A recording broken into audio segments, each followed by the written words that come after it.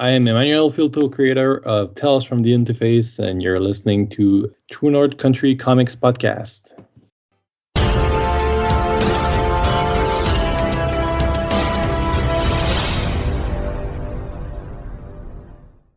Welcome to the True North Country Comics Podcast, dedicated to promote Canadian comic book and graphic novel creators and supporters. I'm John Swinimer. If you want to drop me a line, you can contact me at john@truenorthcountrycomics.com.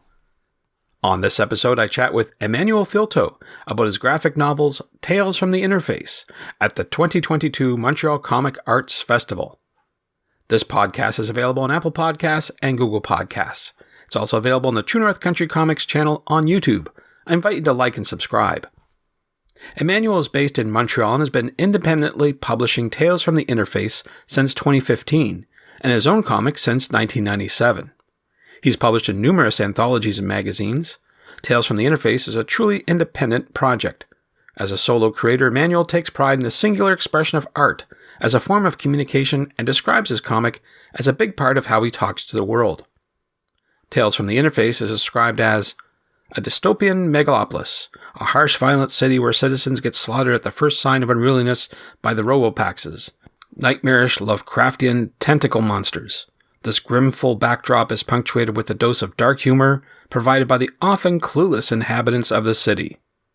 And so, without further ado, here's my chat with Emmanuel Filteau about his graphic novels Tales from the Interface at the 2022 Montreal Comic Arts Festival.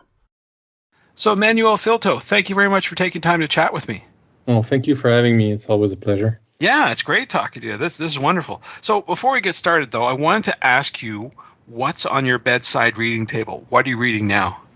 Well, currently I'm reading again a big book by Henriette Valium called Abbedex Compilado. He's considered one of the founding members of the underground movement in Montreal. And he passed away this spring, and they're having an expo in Montreal right now to kind of celebrate his life. So I kind of wanted to get back into it. So I'm reading his collected works. Ah, right. Very good. Very good.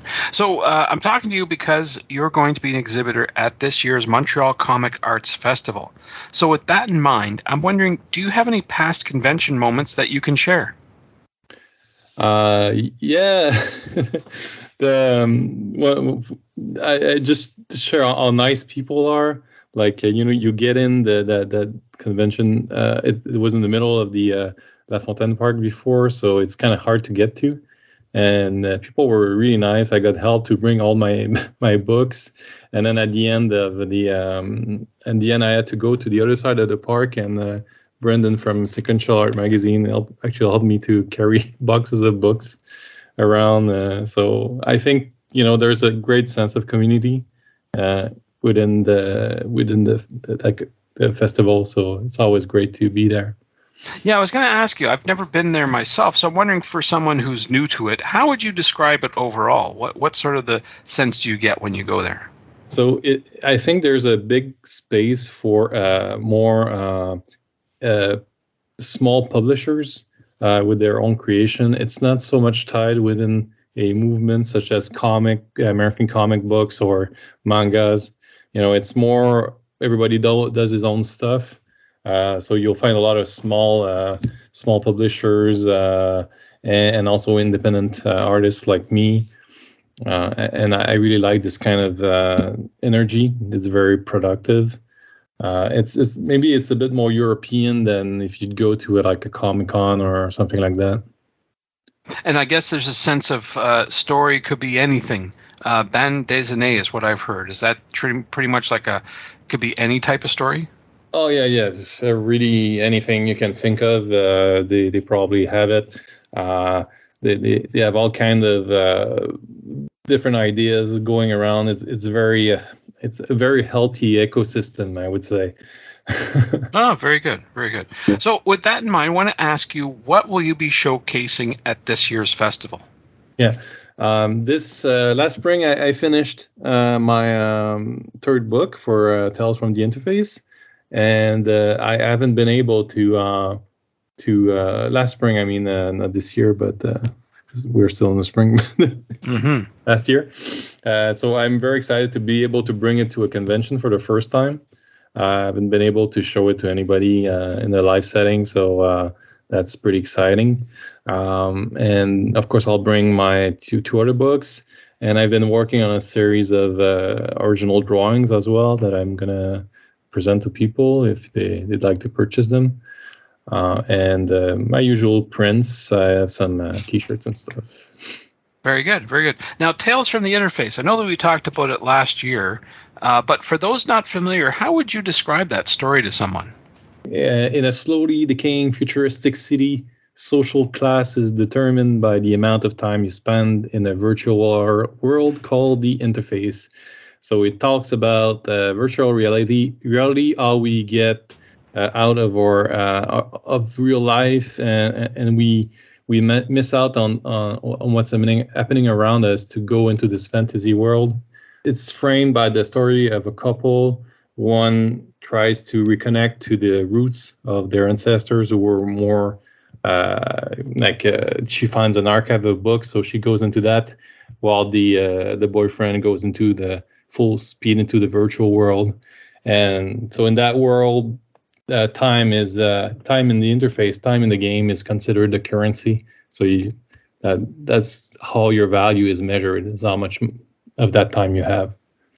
Ah, okay. Very intriguing. Very intriguing. I can sort of guess as to where you got the inspiration for this with all the social media and now the metaverse and all this stuff going on. But was there anything specific that led you to create the story? It's been a long time coming. I think I first started working on that story around 2000. I think at that time we were seeing the first virtual world coming in. There was Elder Quest, and then there was Warcraft who arrived, and I think that's when I started to kind of go into that idea. And also, I wanted to create a story about a closed ecosystem of a city. Like it's like everything is within one small group, very much controlled. I like this kind of idea. I'm a big fan of Judge Dredd, who kind of follows a little bit this type of kind of super city idea. Would you say the story is very satirical? You're trying to make a point, but instead, in addition, you're telling a really engrossing story at the same time. Yes, it's yeah. There's a big dose of humor as well. A lot of jokes about like classic science fiction stories. I try to put in like little Easter eggs and stuff like that. So it's not entirely serious, but there is a serious undertone. Yeah, I remember looking at the cover from issue 3, and I remember you had it was a gingerbread cookie man, and yet someone's arm is almost about to be decapitated. So I was going, ew, it's a juxtaposition, I guess. There is what's going on. Yeah. So their sense of priority is kind of out of sense. They have like the system where you can have an amount of lives. So if you lose one, it's not the end of the world. They're gonna sew you back together and you go back. So there's also this kind of thing going on where people don't care too much about their own life. Even they only care about getting the next pleasure, because there's really nothing else in that world. There's no job. There's nowhere to go to except getting more entertained. Yeah, that's definitely a comment on society for today, that's for sure. Well, I want to switch gears a wee bit and talk about the tools you use to create your art. I'm wondering if you could walk me through your creative process. Yeah, so I use the Scrivener to write my scripts, which is a kind of a card system software where you put your general ideas and try to structure them into a story that makes sense, and then you can generate a script out of that. It's a very good tool. I've been enjoying working with it. And then I put everything I put the script into Clip Paint Studio. I kind of lay the dialogues on top of the page as I think, because in my script I have I know about how many panels per page, so I will try to put the dialogues in the pages, and then I sketch it. And then I go like an onion, just add layers and layers, until I'm kind of satisfied with the result.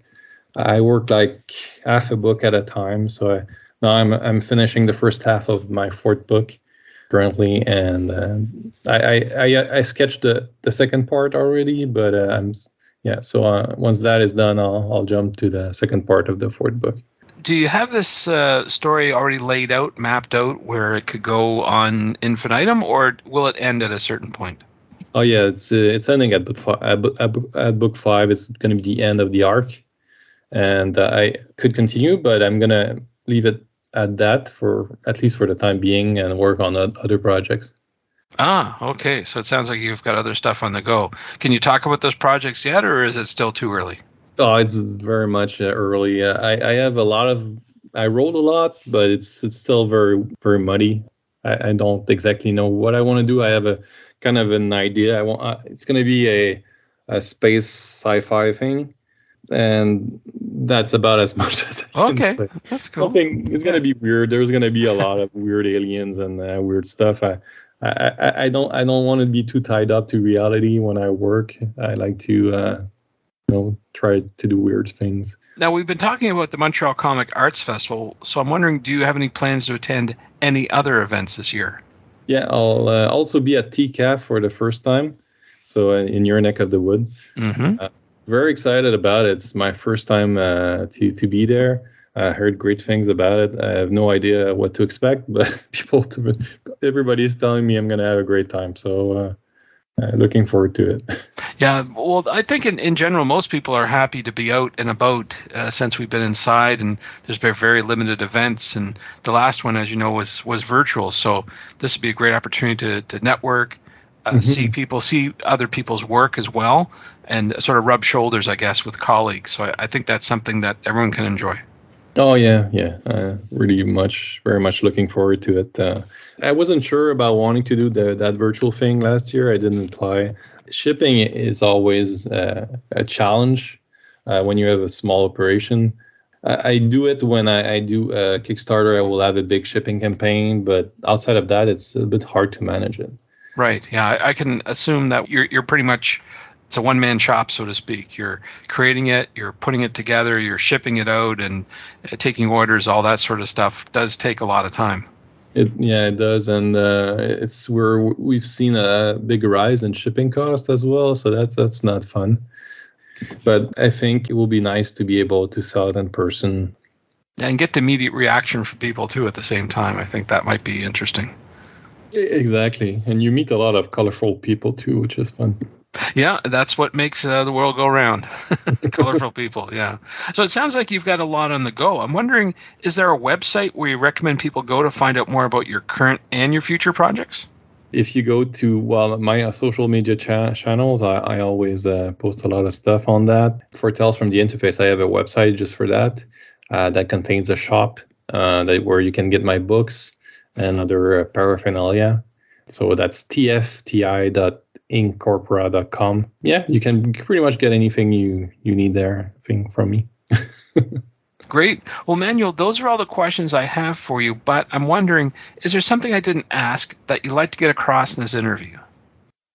It's great to have people who are willing to talk about Canadian comics and comics in general, and the independent comics too, because a lot of attention is to the big franchises and things like that. And as I said, I know I really enjoyed the comic books festival in Montreal because it's very healthy. There's a lot of life, a lot of different styles, a lot of different artists. That's what I like about comics. I don't like it to be formulaic. Thanks to Emmanuel for the chat. You can discover more about Tales from the Interface on Twitter at InkCorporate, that's INKORPORATE, and online at tfti.inkcoropora, that's INKORPORA.com. And thanks to you for listening to the True North Country Comics podcast. If you haven't done so already, please subscribe to and like this podcast on Apple Podcasts. And please leave a good rating. Also check out the TrueNorthCountryComics.com website and follow along on Twitter at True North Comics.